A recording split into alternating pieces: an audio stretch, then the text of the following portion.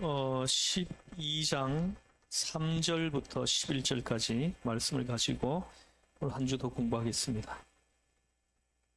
교독하겠습니다. 그러므로 내가 너희에게 알리노니 하나님의 영으로 가는 자는 누구든지 예수를 저주할 자라 하지 아니하고 또 성령으로 아니하고는 누구든지 예수를 주시라 할 수 없느니라. 직분은 여러 가지나 주는 같으며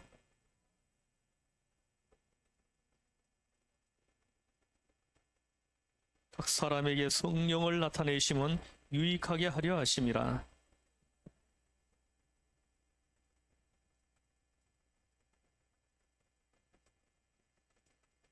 다른 사람에게는 같은 성령으로 믿음을, 어떤 사람에게는 한 성령으로 병 고치는 은사를,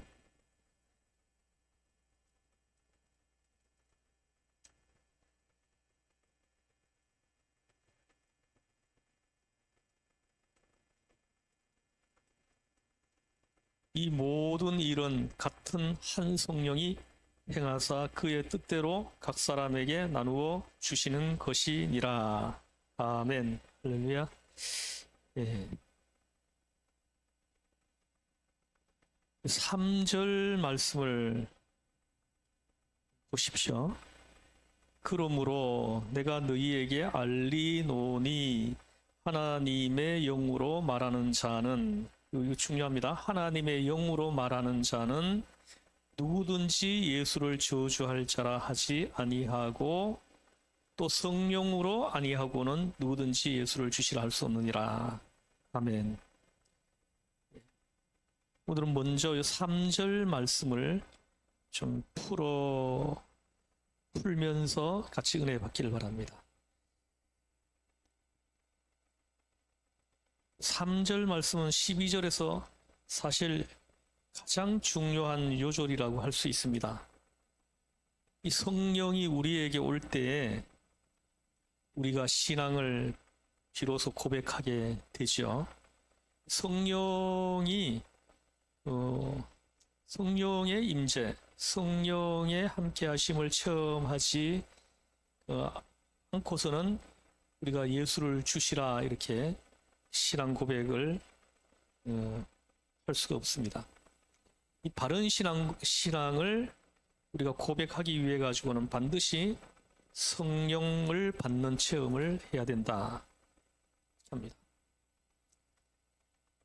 마태복음 16장 16절을 한번 보겠습니다. 마태복음 16장 16절. 여기에 그 유명한 베드로의 신앙 고백이 기록되어 있습니다. 16장 16절 1616 신앙 고백이라고 이렇게 기억하시면 되겠습니다. 따라해 보시죠. 1616 신앙 고백. 3232 중보 기도. 3232는 뭐냐면 출애굽기 32장 32절 그런 모세의 그 유명한 중보 기도가 기록되어 있습니다. 여기 1616은 베드로의 신앙 고백. 3232는 모세의 중보 기도. 하나님은 이스라엘을 다 죽이려고 했습니다. 금송아지 사건 때문에 다 죽이려고 했는데 모세가 중간에 가로막고 선 거예요. 그래서 모세의 이 중보로 인해 가지고 하나님은 노를 풀으시고 이스라엘 백성들을 이렇게 용서해 주시는 아주 중요한 중보 기도가 거기 기록되어 있습니다. 자, 16절을 1616 배신구 한번 읽어볼게요. 시작. 시몬 베드로가 대답하여 이르되 주는 그리스도시요 살아계신 하나님의 아들이십니다. 자, 베드로의 신앙 고백은 사복음서에 다 기록되어 있어요.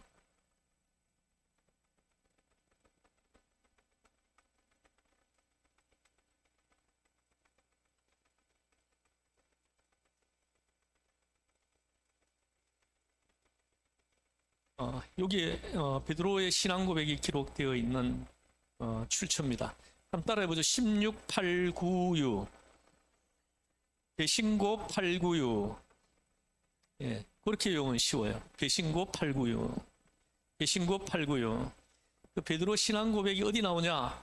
이걸 딱 기억하고 있으면 우리가 복음을 전할 때 굉장히 유익하겠죠, 그죠?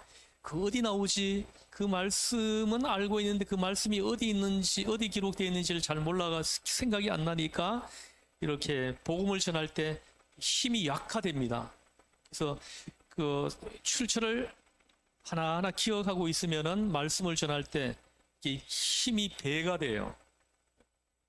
능력이 배가 되는 그런 체험을 하게 된다는 거죠. 한 따라 해보세요. 배신고, 배신고. 요즘은 이렇게 줄여서 말을 많이 하더라고요. 줄여서 말.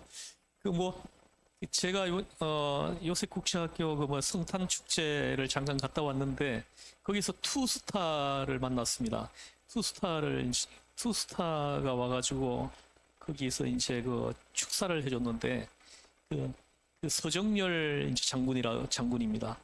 그래서 우리 아들이 공군 소위라고 얘기를 했더니 되게 반가워하면서 이렇게 연락이 되더라고요. 그래서 우리 아들이 보니까는 이 장군의 그 인스타 팔로워가 되어가지고 이렇게 있더라고요. 일록이한테 내가 얘기를 했더니 일록이가 나 팔로우라고 얘기를 하더라고요. 그래서 그 얘기를 했더니 DM 연락을 하라 그래가지고 인록이가 이렇게 보냈나 봐요. 메시지를 보냈더니 이 장군이 인록이한테 전화를 해가 통화를 했다고 얘기를 하더라고요.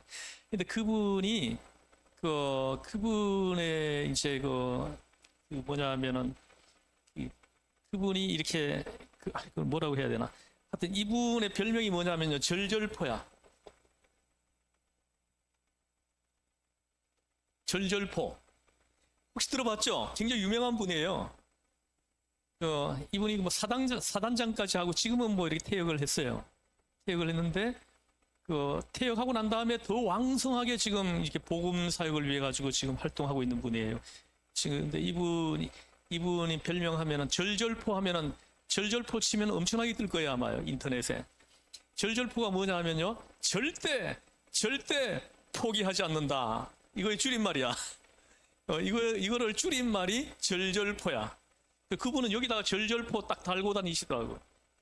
그런데 이분이 많은 곳에서 초대받아가지고 이분이 이제 강의도 하고 간증도 하고 이렇게 하시는 분이에요.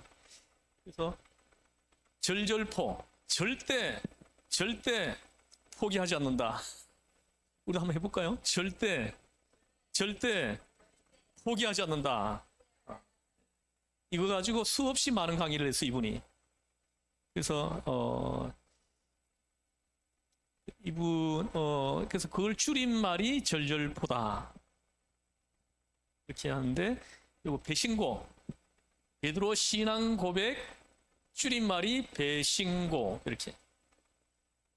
자, 배신고 896, 배신고 896, 16896, 배신고 16896, 예, 배신고 896. 여러분 이제 집에 가서 또 외우려고 하지 말고 여기서 외워버리세요. 제가 그냥 외워드리잖아요. 제가 이 성경을 통째로 외워주는 강사입니다. 그렇기 때문에 저하고 공부할 때 그때그때 외우면 크게 유익할 줄로 믿습니다. 예.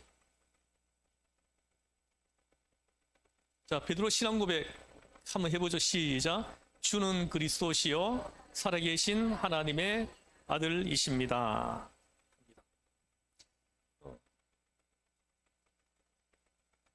이 신앙 고백이 뒤에 보면은 이렇게 고백을 했더니 예수님이 하신 말씀이 뭐냐면 바요나 시몬아 내가 복이 있다 이렇게 얘기하면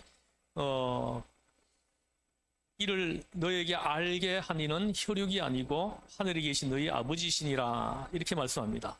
그래서 예수님이 나의 주 되시고 하나님 아들이심을 내가 스스로 알 수 없다라는 거예요. 하늘에 계신 아버지께서 알게 해주셔야 이를 알고 신앙을 고백을 하게 된다 이거죠. 그래서 여러분들이 예수님을 주로 고백하고 예수님을 하나님의 아들로 신앙을 고백을 한다는 것은 하나님의 영이 이미 여러분에게 임해가지고 여러분을 주관하고 있다는 증거로 볼 수가 있습니다. 여러분 보세요. 하나님의 영이 여러분을 주관하시지 않으면은 절대 신앙 고백 안 합니다. 신앙 고백을 하지 않습니다. 그래서 이 하나님의 영이 나에게 임재해서 나를 주관하게 되면은 나에게 많은 변화가 일어나요. 내 자신에게. 그래서 이렇게 보면은 예를 들어서 어떤 상황에 맞닥뜨렸을 때 나타나는 그 행위들이 있잖아요. 그죠? 그 행위들이 하나님의 영이 임재해 계시는 사람들에게서 나타나는 특징들이 있어요. 희한합니다. 이건 비슷해요. 하나님의 영이 임하여 가지고 그 사람을 주관할 때 나타나는 특징이 있어요. 이게 비슷하다라는 거예요. 비슷하다라는 거죠. 그래서 우리가 신앙 고백을 한다는 것은 하나님의 영이 나에게 임재하셔서 나를 주관하시고 있다는 증거로 삼아도 된다라는 거죠. 여기도 오늘 다시 고린도전서 3절에 보면은 성령으로 아니하고는 누구든지 예수를 주시라 할 수 없느니라 이렇게 말씀합니다. 여러분 예수님을 주로 고백하십니까? 이 신앙 고백이 분명해야 돼요. 그래야 우리가 신앙생활이 살아 있게 돼요. 이 신앙 고백이 분명하지 않으면은 믿는 사람이나 안 믿는 사람이나 사는 방식이나 이 모든 것 어떤 상황에 맞닥뜨렸을 때 나타나는 그 행동들 이런 것들이 유사합니다. 그래서 이 신앙 고백이 분명하지 않을 때 나타나는 현상이에요. 신앙 고백이 분명하지 않는 사람들은 어떤 상황에 맞닥뜨렸을 때 보면 알아요. 어떤 상황에 내가 딱 맞닥뜨렸을 때에 이 신앙 고백이 분명하지 않는 사람들은 유사한 행동을 합니다. 유사한 행동을 해요. 그러나 또 이 신앙 고백이 분명한 사람들은 또 유사한 행동이 나타납니다. 그러나 전자하고 후자하고는 뚜렷하게 구별된다라는 거죠. 예.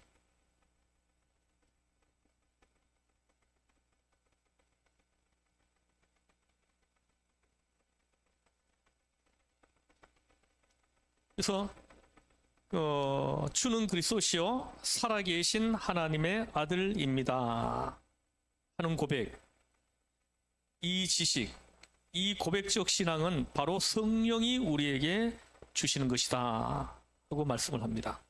성령으로 말미암아서 내 안에서 이루어지는 것이다 이렇게 말씀합니다. 굉장히 중요한 말씀입니다. 또 하나의 요절이 있는데 한번 찾아서 읽어보겠습니다. 로마서 8장 9절입니다. 로마서 8장 9절.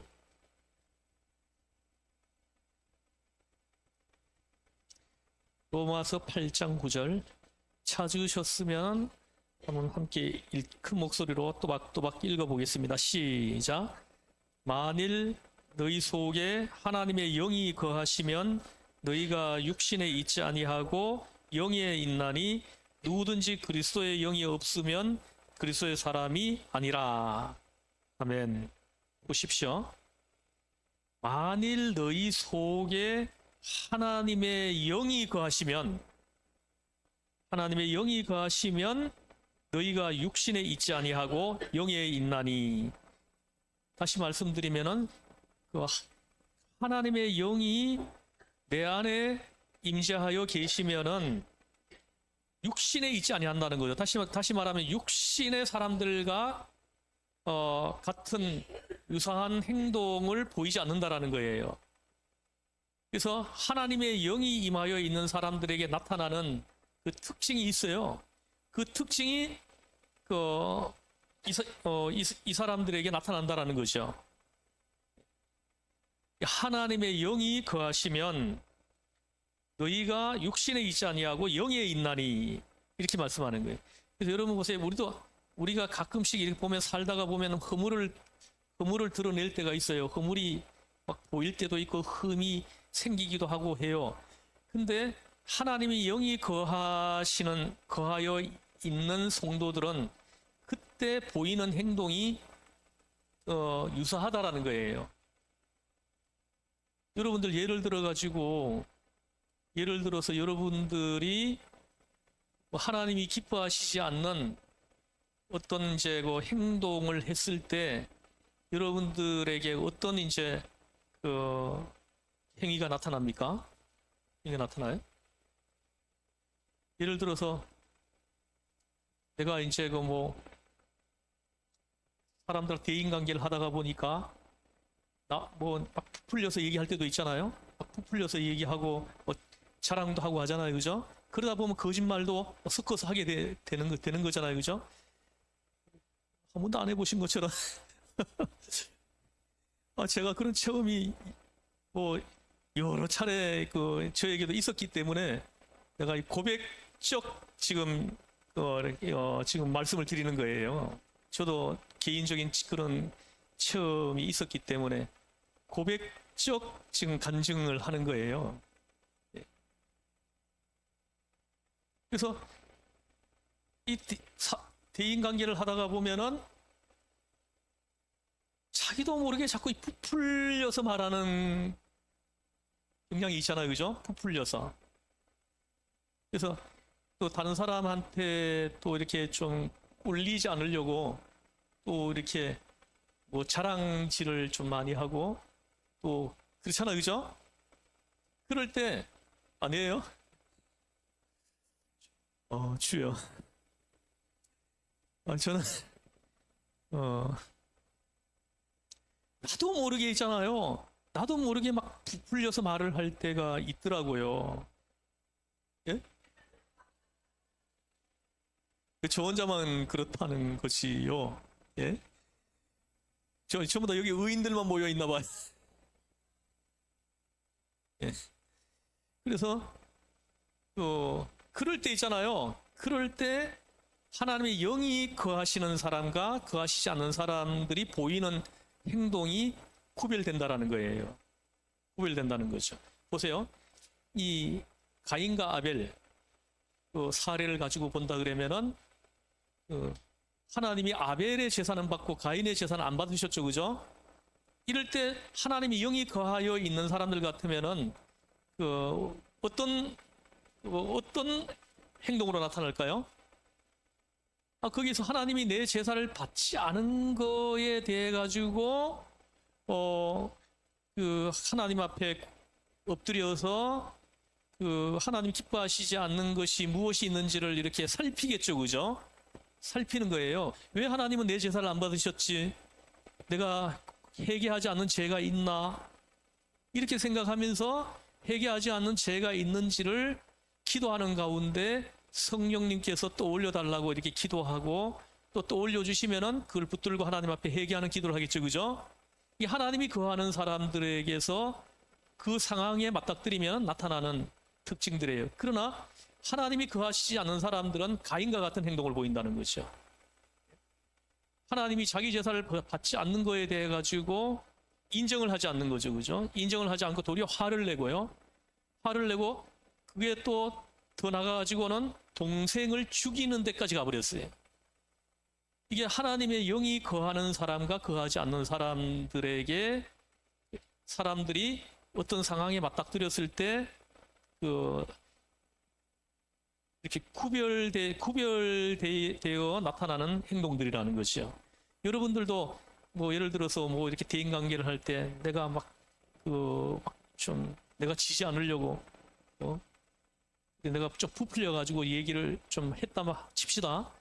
쳤는데 그럴 때 그날 저녁에 여러분들이 그 부풀려서 말한 것 때문에 소가리를 하는 거예요.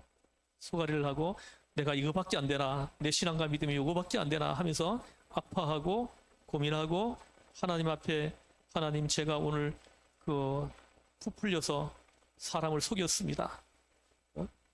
정직하게 얘기하지 못했습니다. 이걸 이제 붙들고 회개하는 시간을 가지게 되겠죠, 그죠?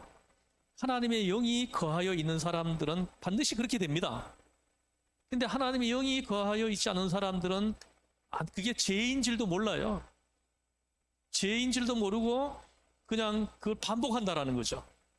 그래서 하나님의 영이 거하여 있는 사람들은 그 다음에 부풀리지 않도록 조심하고 또 조심하고 또 이렇게 그 나를 자꾸 쳐서 복종시키고 이렇게 한단 말입니다. 이게 이제 하나님의 영이 그 사람에게 임하여 있다는 증거로 삼을 수 있는 거죠. 로마서 8장 9절을 다시 보십시오. 만일 너희 속에 하나님의 영이 거하시면 너희가 육신에 있지 아니하고 영에 있나니 합니다. 하나님의 영이 임하여 있는 사람, 하나님의 영이 임하여 있는 사람의 특징이 나타난다는 거죠. 나타난다는 거예요. 누구든지 그리스도의 영이 없으면 그리스도의 사람이 아니니라 이렇게 말씀합니다. 그래서 그리스도의 영이 들어와 있지 않는 사람은 그리스도의 사람이 아니다 이렇게 얘기를 하는 거예요. 여러분들은 그리스도의 사람입니까? 입니까? 아멘. 여러분들이 아멘 믿음으로 아멘으로 응답을 하는 것은 하나님의 영, 그리스도의 영이 여러분에게 지금 임재하여 계시다라는 것을 지금 증명해 보이고 있는 거예요. 있다는 것이요. 그래서 교회를 다닌다고 해가지고 그리스도의 사람이 아닙니다. 그래서 지금 외부에서 보면은 뭐 교인들이 그냥 이렇게 교인들 비판을 많이 하는데 그 사람들이 비판하는 교인들은 사실 그리스도의 사람은 아니에요. 그 교회를 다니니까 교인일 수는 있는데 그리스도의 사람은 아닌 겁니다. 그리스도의 사람들은 결코 그렇게 세상 사람들한테 지탄받을 그런 삶을 살지 않는다라는 거예요. 내가 세상 사람들에게 막 지탄을 받는 이런 모습을 자꾸 보인다 그러면은 그 사람은 그리스도의 사람이다 이렇게 할 수 없죠.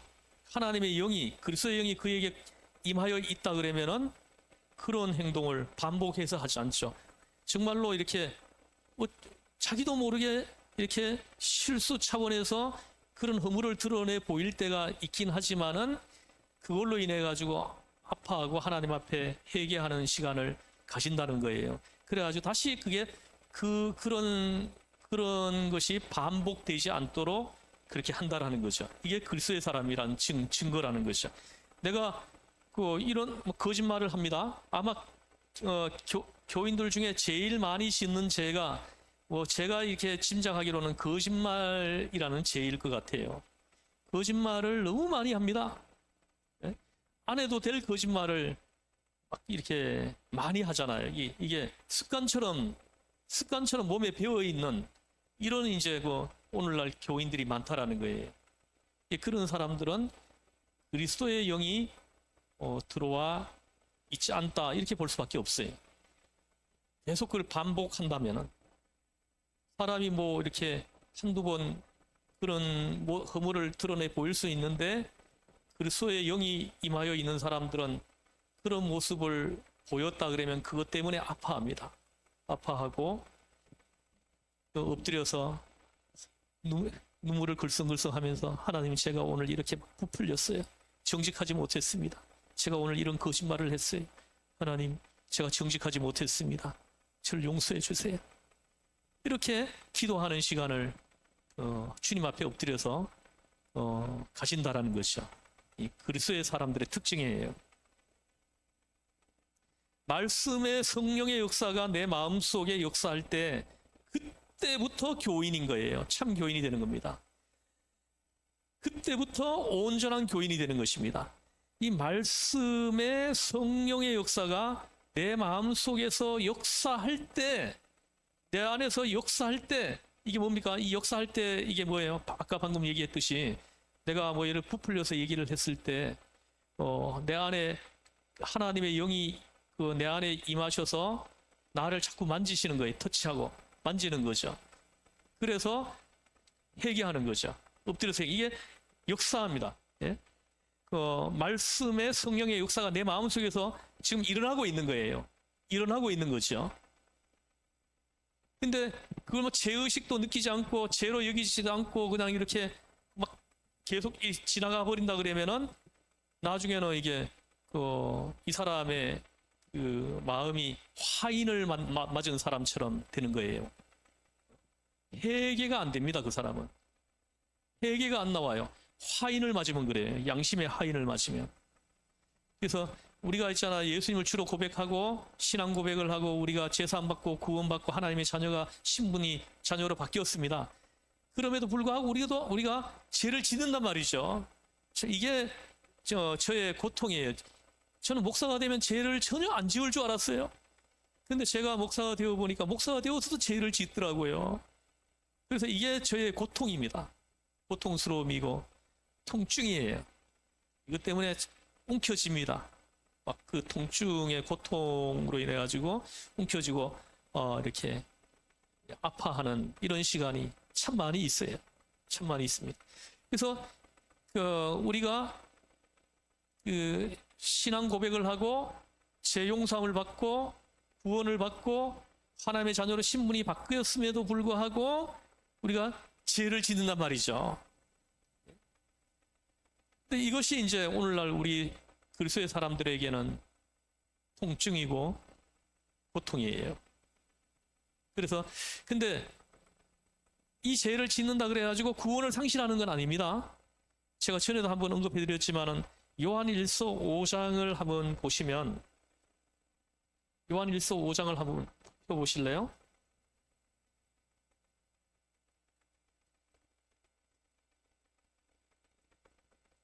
요한일서 5장 17절이에요. 요한일서 5장 17절 말씀. 우리가 말씀을 잘 배워야 됩니다. 잘 배워서 성경을 바르게 알고 있어야 돼요. 그래야 우리가 구원을 계속 유지해 갈 수가 있습니다. 같이 한번 읽어보죠. 시작. 죄도 있도다. 모든 불의가 죄로 돼 사망에 이르지 아니하는 죄도 있도다. 이렇게 얘기를 해요. 그래서 우리가 신앙 고백을 하고 죄 용서함을 체험하고 구원의 은혜를 체험하고 하나님의 자녀로 신분이 바뀐 것을 내가 확인하고도 죄를 짓는단 말이죠. 이 죄도 불의예요, 불의. 근데 사망에 이르지 아니하는 죄도 있다. 바로 요 사망에 이르지 아니하는 죄가 바로 우리가 신앙 고백을 하고 난 이후에 구원의 은혜를 체험하고 난 이후에 우리가 짓는 죄를 가리킨다. 이렇게 해석할 수가 있습니다. 자, 그런데 우리가 구원의 은혜를 체험했음에도 불구하고 죄를 지었단 말입니다. 근데 이걸 구원을 상실하지 않는다 그래가지고 방치해 두면은 이게 자꾸 쌓이게 됩니다. 자꾸 이 반복되다 보면은 이게 쌓이게 되면은 양심이 점점 굳어진다라는 거죠. 굳어져 가지고 양심이 하인을 맞는 상태까지 가버리게 되면은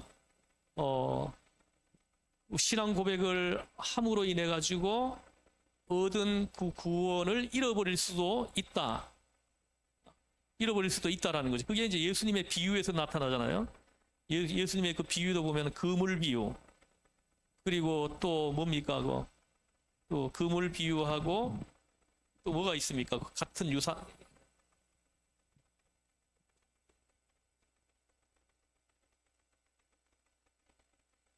이게 이제 마태복음 13장에 나와 있는 7개의 비유인데요. 요 가라지 비유. 요 가라지 비유하고 그물 비유. 요 두 개의 비유는 행위 심판 사상이에요. 그래서 마지막에 구별될 수 있다라는 걸 예수님이 비유로 알려주신 거예요. 그물을 끌어올리면은 꼭 필요한 물고기만 남기고 다 버립니다. 어부들은 돈 안 되고 하는 그 잔챙이들, 잡고기들 이런 것들은 다시 바다에 다 버려버려요. 제가 운양어선을 타봐가지고 너무나 잘 알죠. 그 명태를 잡는 배를 탔는데 그물을 한번 끌어올리면 수만 마리, 어떨 때는 1, 20만 마리가 한꺼번에 그물에 잡혀 올라옵니다. 쏟아 부으면은 명태만 잡혀 올라오는 게 아니에요. 거기 보면 막 여러 가지 잡고기들이 많이 섞여 들어옵니다. 근데 명태만 따로 골라 담고 나머지는 다 버리는 거예요. 그러면은 갈매기들이 그 망망대해에 갈매기 수천 마리가 막 버릴 때 날아와 가지고는 그 버리는 물고기들을 쪼아먹고 또 거기 또 뭐 물개 그 바다 사자 뭐 이런 것들이 막 어디서 나타나 가지고 또 그걸 또 다 잡아먹어요. 그래서 하여튼 제가 원양어선을 탄 그 경험이 성경을 보는 눈을 많이 넓혀줬어요. 보면 개상어라고 한 마리가 잡혀 올라왔는데 그 개상어 한 마리를 여기 집어넣으면 꽉 찹니다. 예배당에 꽉 찰 수 있는 그런 큰 개상어인데 그게 한 마리가 잡혀 올라온 적이 있었어요. 근데 그거는 못 먹는다 그러더라고요. 근데 지느러미는 약을 한다고 지느러미만 잘라놓고는 몸통은 그냥 바다에 버리더라고요. 죽죠. 예, 헤엄을 못 치는데 지느러미가 없어지면은 물고기는 헤엄을 못 쳐요. 그러니 거기 막 바다 사자, 물개 이런 거 달라붙어서 막 뜯어먹는 거예요. 뜯어먹습니다. 그래서 그거 다시 날 가능성도 있지 않을까요? 지켜보지를 못해가지고 내가 모르겠는데. 예, 먹히죠. 그리고 또 자기가 먹이를 못 먹는데 죽을 수밖에 없죠. 자기가 막 이렇게 움직여야 뭘 잡아먹기도 하지. 이 지느러미가 없으면 헤엄을 못 칩니다, 물고기는. 그렇게 됩니다. 그래서 이 그물 비유, 이 가라지 비유는 마지막에 구별될 사람이 있다라는 것을 예수님이 비유로 알려주는 이 천국 비유입니다. 그래서 그 구원의 은혜를 체험한 사람인데도 구원을 상실할 사람들이 있다라는 걸 알려주는 거예요. 히브리서에서도 설교를 들었죠, 그죠? 그 8장과 10장에서 두 번 설교를 했어요. 그 뭐냐면 한 번 그 대속의 은혜를 구원의 은혜를 체험하고 그 불법을 행하게 되면은 다시 구원에 이르는 그 구원에 이르지 못하나니 한번 찾아볼까요? 히브리서 한번 찾아볼게요. 히브리서 10장을 한번 펴보세요. 10장부터 볼게요.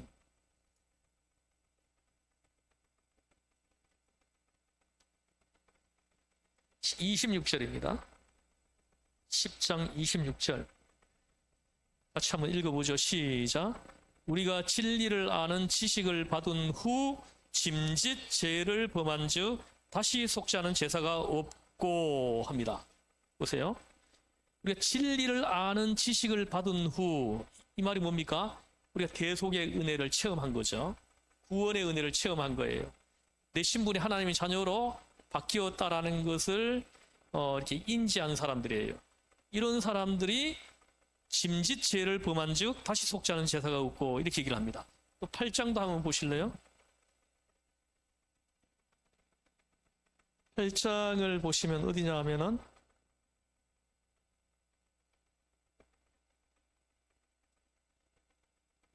6장으로 갑시다. 6장 4절에서 6절까지입니다. 4절에서 6절. 자, 한번 보겠습니다. 시작. 한번 빛을 받고 하늘의 은사를 맛보고 성령에 참여한 바 되고 하나님의 선한 말씀과 내세의 능력을 맛보고도 타락한 자들은 다시 새롭게 하여 회개하게 할 수 없나니 이는 그들이 하나님의 아들을 다시 십자가에 못 박아 드러내놓고 욕되게 함이라 합니다. 이 말씀을 하고 나니까는 그러면은 그 구원의 은혜를 체험하고 난 다음에 다시 죄를 지으면은 다시 구원에 이를 수 없다. 사람들이 이렇게 오해를 하니까 그 10장에 한 번 더 언급한 거예요. 10장에서 여기 보면 10장에 다시 보십시오. 여기 중요한 게 하나 있어요. 10장에 보면은 우리가 진리를 아는 지식을 받은 후에 짐짓 죄를 범한 즉, 짐짓이라는 게 이게 이 번역이 중요한 겁니다. 이 짐짓은 뭐냐면요, 그냥 일에 그치지 않고 자꾸 반복하는 거예요. 반복해서 같은 죄를 자꾸 짓는 거예요. 이거는 고의성이 있는 거거든요. 이 고의성이 있는 죄는 속지 않은 제사가 없다, 이런 말이에요. 우리가 구원의 은혜를 체험하고도 죄를 짓는단 말이죠. 그럴 때 그리스도의 사람들은 그 지은 죄를 붙들고 하나님 앞에 눈물 글썽글썽 하면서 회개하는 시간을 가집니다. 그러면서 이렇게 다시 그 죄가 보혈의 피로 씻어지는 경험을 합니다.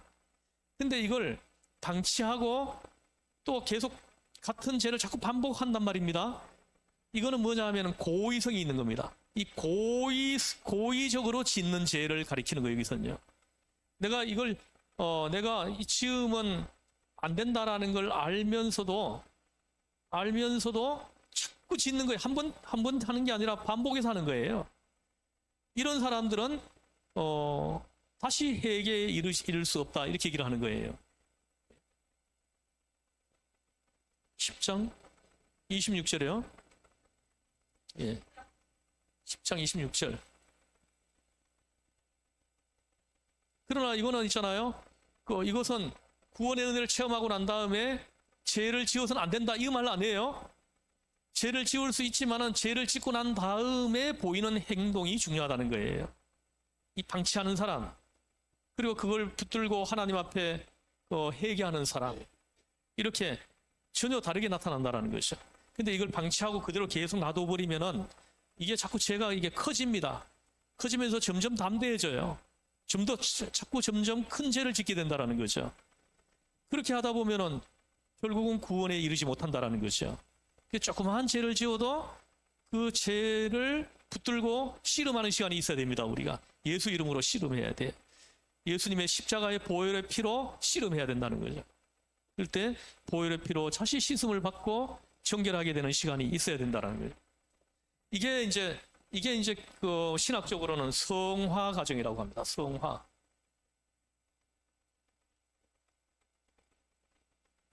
이 성화 과정을 쭉 지나가면서 점점점 온전한 사람이 된다는 거죠. 점점점 그리스도의 사람으로 온전한 사람이 되어 간다라는 거예요. 내가 구원의 은혜, 내가 신앙을 고백하고 제사함 받고 구원의 은혜 체험하고 하나님의 자녀로 신분이 바뀌었다고 해도 곧바로 사람이 의인처럼 행동하는 거 아닙니다. 옛날 모습이 딱 자꾸 툭툭 튀어나와요. 그런데 그때마다 그걸 옛날 모습이 자꾸 튀어나오는 그것을 붙들고 회개하고 아파하고 고통스러워하고 이런 시간을 가지면서 성화되어 가는 거예요. 점점점 온전해져 가는 거죠. 그리스도의 사람으로 온전해져 가는 거죠. 이런 시간이 충분히 있는 사람들이 교인이에요. 그리스도의 사람인 거죠.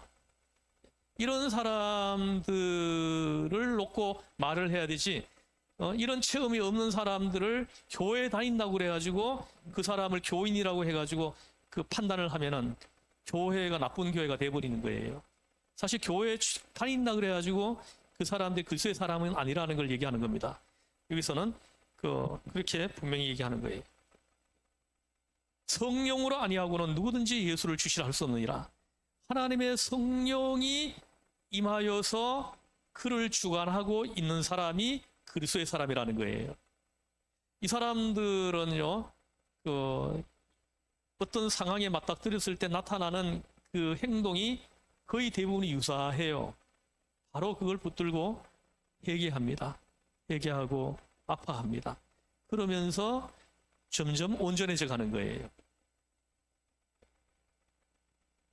그때부터 온전한 교인이 되는 거라는 거예요. 근데 수십 년을 교회에 다녀서 성령의 역사를 체험하지 못했으면 아직 그 사람은 교인이 아닌 거예요. 교인이라고 할 수 없습니다. 이 말씀에 성령의 체험이 있어야 비로소 교인이 된다는 것이야.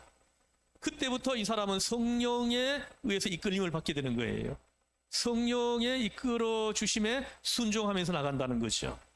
이 체험이 없는 사람들은요, 30년, 40년 예수를 믿어도 이렇게 결정적인 순간에는 자기가 주인이 되어서 그 상황을 이끌어가는 모습을 보인단 말입니다.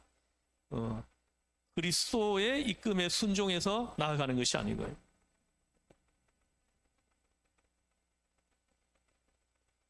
한국 교회 교인들 중에 여기에 해당되는 분들이 좀 수도 없이 많다고 봅니다. 수십 년을 교회에 다녔는데도 성령의 역사를 체험하지 못한 교인들, 이 한국 교회에 무지하게 많습니다. 뭘 근거로 그렇게 얘기하느냐? 그런 사람들이 한 사람이라도 어디엔가 있으면 그곳이 하나님의 나라로 바뀝니다. 말씀의 성령의 역사가 마음속에 역사하는 사람, 이것을 체험한 사람이 예를 직장에 있으면 그 직장이 있잖아요. 달라지게 돼 있습니다.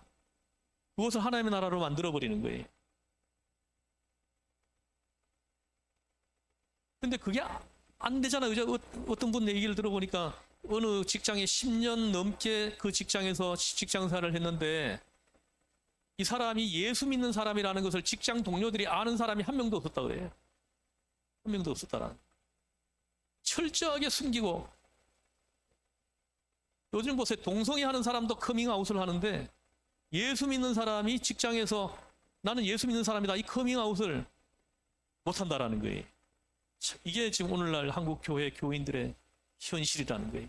말씀의 성령의 역사가 그 사람 마음속에서 강력하게 일어나는 이런 체험을 해보질 못해서 나타나는 모습이라는 것이야. 어찌고 10년을 넘게 다녔는데도 그 사람이 예수 믿는 사람이라는 걸 직장 동료들이 모를 수가 있단 말입니까?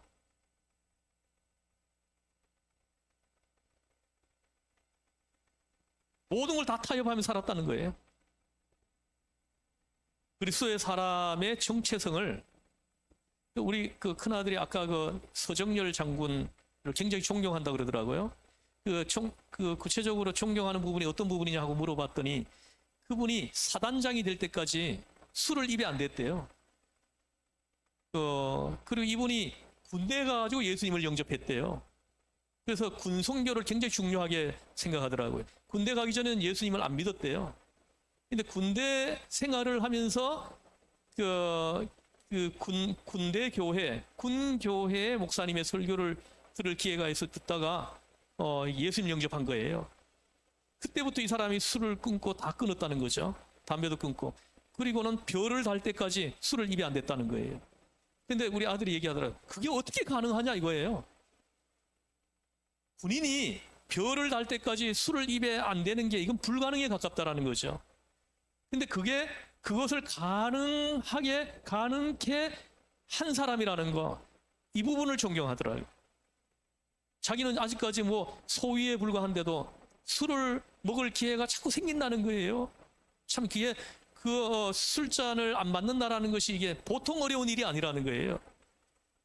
그 대인관계, 더군다나 군인들 뭐 이렇게 그 세계에서 별 2개를 달 때까지 술을 입에 안 댔다.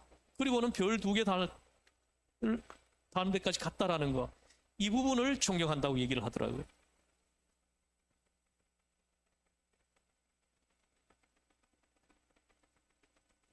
그래서 뭐 사회생활 하려면 술 한 잔씩 해야 된다고 이렇게 얘기를 합니다. 그런 사람들은 말씀의 성령의 역사가 마음속에 일어나는 것을 아직까지 체험해보지 못한 사람들.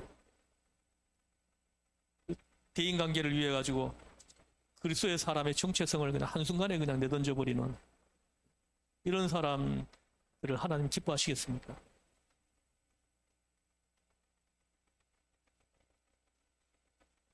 말씀과 성령이 함께 하면서 그가 바른 신앙 고백을 할 때에 그리스도인이다.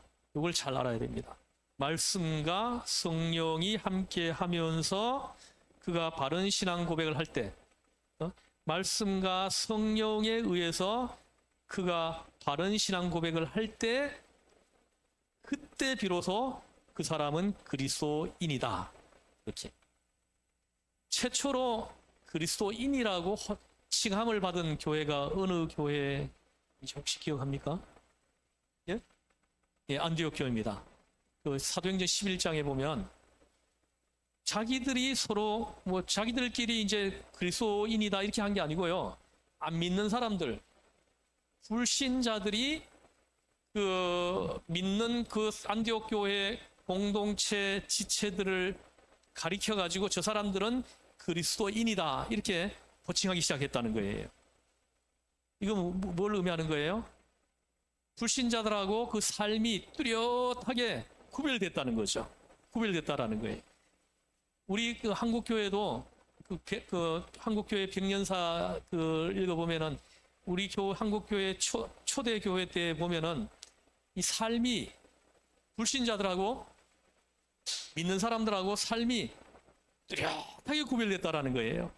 그래서 안 믿는 사람들이 예수 믿는다 그러면 뭐 보증도 안 쓰고 돈을 빌려줬다라는, 돈을 빌려줬다라는 거예요. 예수 믿는다 그러면 무조건 믿었다라는 거예요. 요즘 그렇습니까? 아이고, 요즘 얼마 전에 몇 개월 전에도 인천의 그 무슨 교회 뭐 건사라고 하는 분이 십몇 년 동안 그 봉사를 그렇게 열심히 했대요, 그 교회에서. 그러면서 교인들하고 이렇게 친해져 가지고 나중에 막 그 친해진 사람들에게 투자를 권유했다는 거예요. 투자를 권유해 가지고 뭐 얼마였죠? 200억이 넘는 돈을 투자를 받아놓고는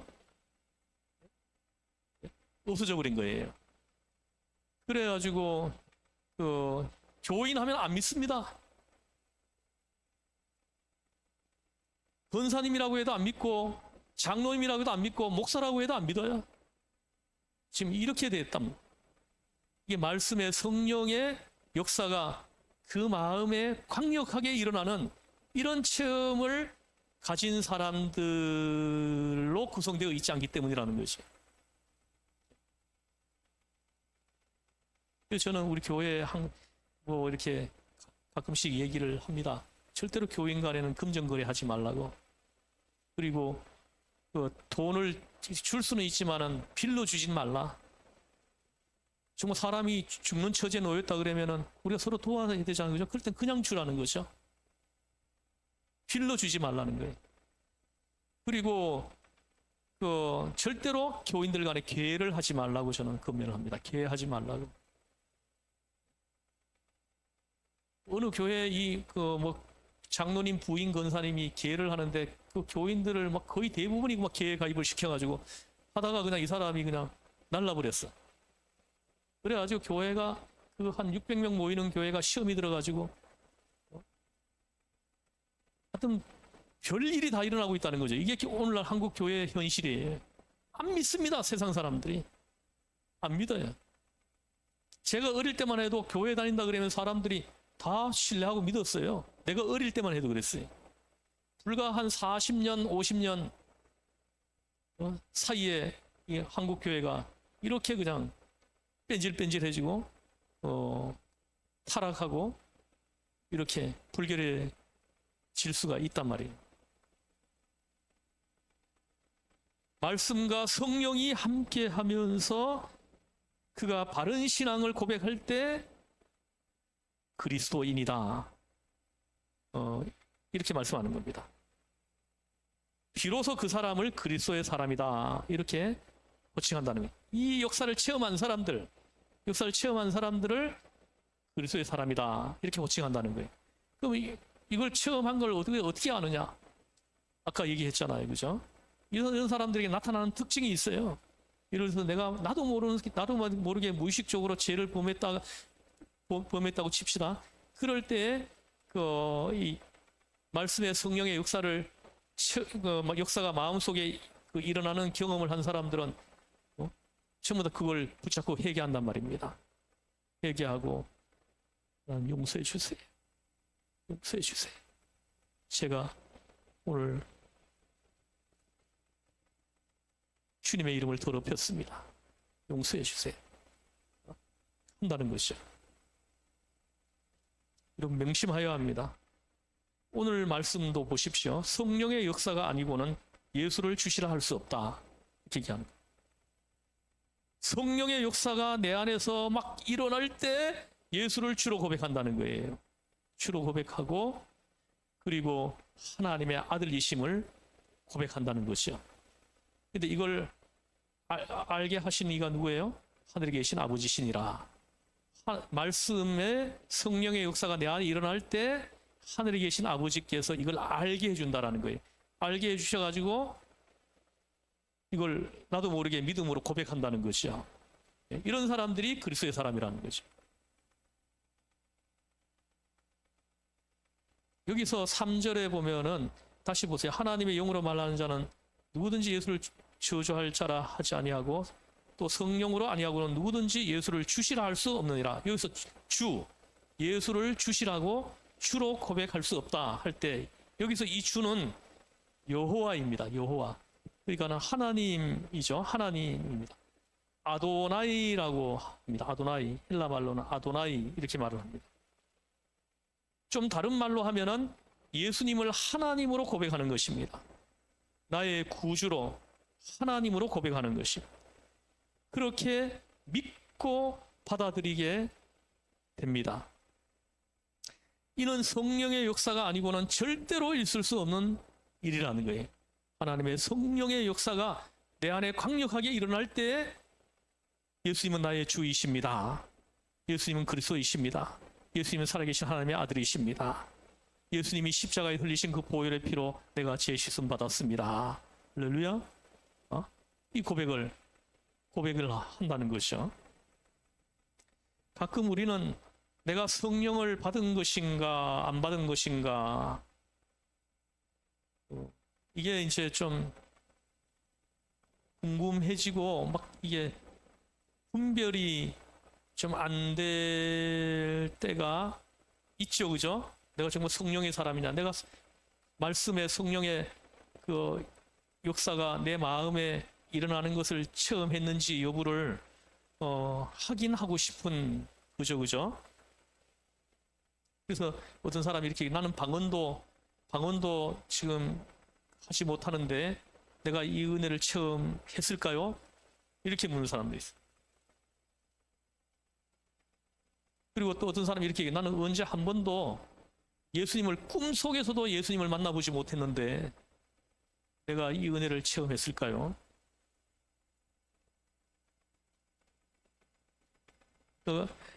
이런 이제 의심을 가질 수가 있는데 여러분 걱정하지 마십시오. 예수님께서 나를 위하여 십자가에 돌아가신 것이, 이것이 확실하게 믿어지고, 예수님이 내 죄를 대속하시기 위해서 십자가에 못 박혀 그 피 흘려 죽으신 것을 확실하게 믿는 사람, 내 죄를 속하기 위해서 예수님이 십자가에 못 박혀 피 흘려 죽으셨다, 이걸 확실하게 믿는 사람, 그리고 예수를 주로 고백하게 되면 나는 이미 성령 받은 사람이다, 이렇게 내가 증거 삼아도 된다라는 거예요.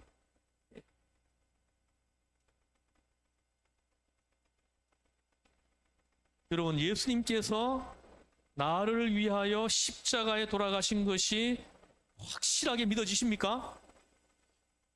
정말 확실하게 믿어지세요? 그러면 이 사람의 입술에서 예수를 주로 고백하게 됩니다. 예수님은 나의 주인이십니다. 주님이십니다. 이 고백이 그냥 망설이지 않고 나오는 거예요. 조금도 의심 없이 나오는 거죠.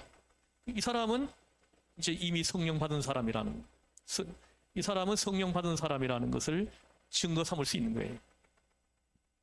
성령의 역사가 없이는 이 지식, 이 고백이 있을 수 없다. 이것이 3절 말씀이에요. 오직 성령의 역사를 통해서만 이게 가능하다라는 것이죠. 예?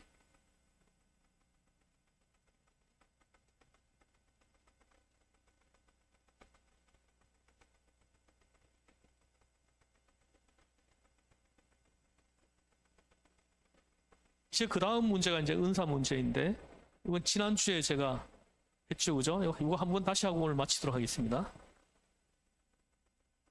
지난주 외운 은사 한번 오늘 다시 한번 외워보죠.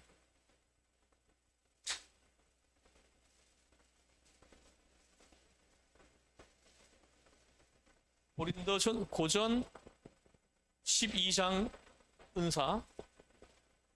자, 다음 주에는 제가 이 은사와 은혜, 이 두 가지를 이렇게 차이점, 그리고 구별하는 거, 이걸 제가 다음 주에 좀 설명을 할 겁니다. 이 은혜와 은사는 완전히 틀려요. 이 은혜는 구원과 관련이 있지만 은사는 구원과 관련이 있는 게 아니에요. 그래서 제가 요 부분은 다음 주에 제가 이거 다뤄드릴게요. 고린도전서 12장에 나오는 은사 한번 불러보세요. 지지 윗병 능예 영방통. 한 번 더 해보죠. 지지밑병, 능례영광통, 능례영광통. 이게 아직까지 많이 안 해서 그래요. 자꾸 한 지지밑병 능영광통, 지지밑병 능영광통, 지지밑병 능영광통, 지지밑병 능영광통 해봐요. 그럼 된다니까요. 한 번도 안 해보던 분이 하려고 하니까 지지밑병 능, 뭐, 이 말이 잘 안 나오는 거예요. 그러나 이게 계속 반복하면 지지밑병 능영광통, 지지밑병 능영광통. 이게 많이 안 해서 그래요. 능영광통, 능영광통, 능영광통 되잖아요.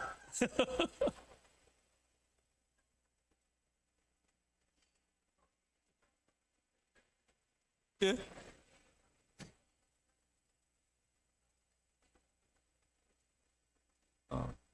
몇 개입니까? 하나, 둘, 셋, 넷, 다, 일곱, 여덟, 아홉 개. 특별히 많은 은사가 있지만 9개의 은사를 특별히 이어서 언급해요. 다시 한번 지지미병 능영광통, 지지미병 능영광통. 자, 여러분 집에 가서 설거지하면서 지지밑병 능영광통, 지지밑병 능영광통, 지지밑병 능영광통. 또 빨래하면서 이거 뭐 세탁기 버튼 눌리면서 지지밑병 능영광통, 지지밑병 능영광통 이러다가 또 이거 또 뭐야 세제를 너무 많이 넣어가지고 또.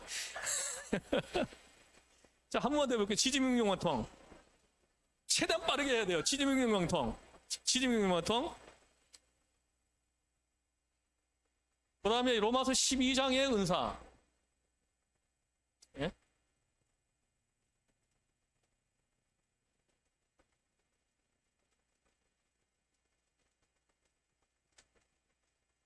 그 로마서 12장에 기록되어 있는 이렇게 은사입니다. 하나, 둘, 셋, 넷, 다, 17개. 제가 이거 외워드렸죠? 해보죠. 예섬이가 가위하여 구성지게, 다부지게, 긍질하게 이렇게 외워드렸죠. 제가 지난주에 구제하는 자는 성실함으로, 다스리는 자는 부지런함으로, 긍휼을 베푸는 자는 즐거움으로 하라. 긍휼 베푸는 거, 다스리는 거, 구제하는 거, 위로하는 거, 가르치는 거, 섬기는 거, 그리고 예언하는 거, 다 은사라는 거예요. 요 은사와 은혜를 다음 주에는 제가 이렇게 좀 구별하면서 제가 공부를 하도록 하겠습니다. 자, 한 번만 더 해볼게요. 예섬이가 가위하여 구성지게, 다부지게, 긍질하게 이렇게 외우면 돼요. 안 잊어버려요.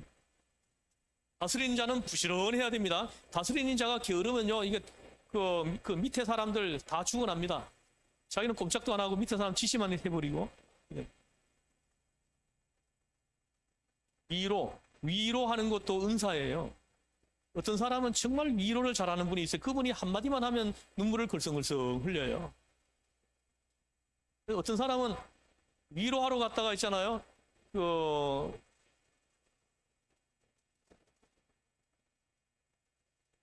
오히려 속을 터지게 만들어 놓고 오는 사람들이 있어요.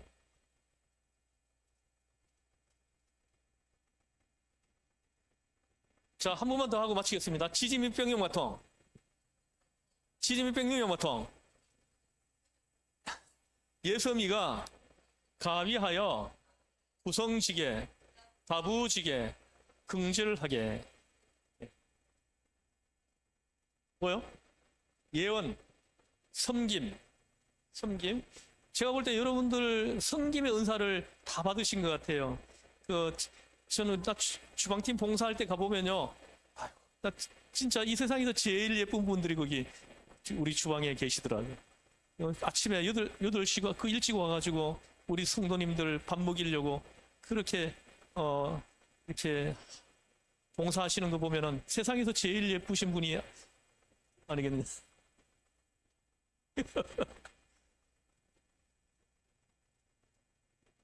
그래서 내년에는 주방팀이 이제 이렇게 10시까지 봉사하고 그 다음 봉사팀이 들어와서 마무리하고 그렇게 10시까지 하고는 그 팀은 성가대 가고 그 다음에 9시 50분에 또 한 두세 분이 올 거예요. 오게만 할 거예요. 두세 분을 추가로 임명해가지고 그분들이 그 마무리하지 못한 걸 마무리하고 예배 들어올 수 있도록 이렇게 할 겁니다. 그러면은 성가대가 늦어지지 않을 거예요. 그리고 이제 내년부터는 좀 찬양팀을 조금 활성화하려고 그래요. 찬양팀이 이제 이렇게 이제 드럼도 오고 신디도 올 거거든요. 그래가지고 연습을 해야 돼요. 연습을 해가지고 해야 되기 때문에 성가대하고 찬양팀이 한 곳에서 연습을 하려니까 이게 자꾸 시간이 너무 촉박해. 그래서 성가대는 교육관에서 연습을 하도록 할 거예요.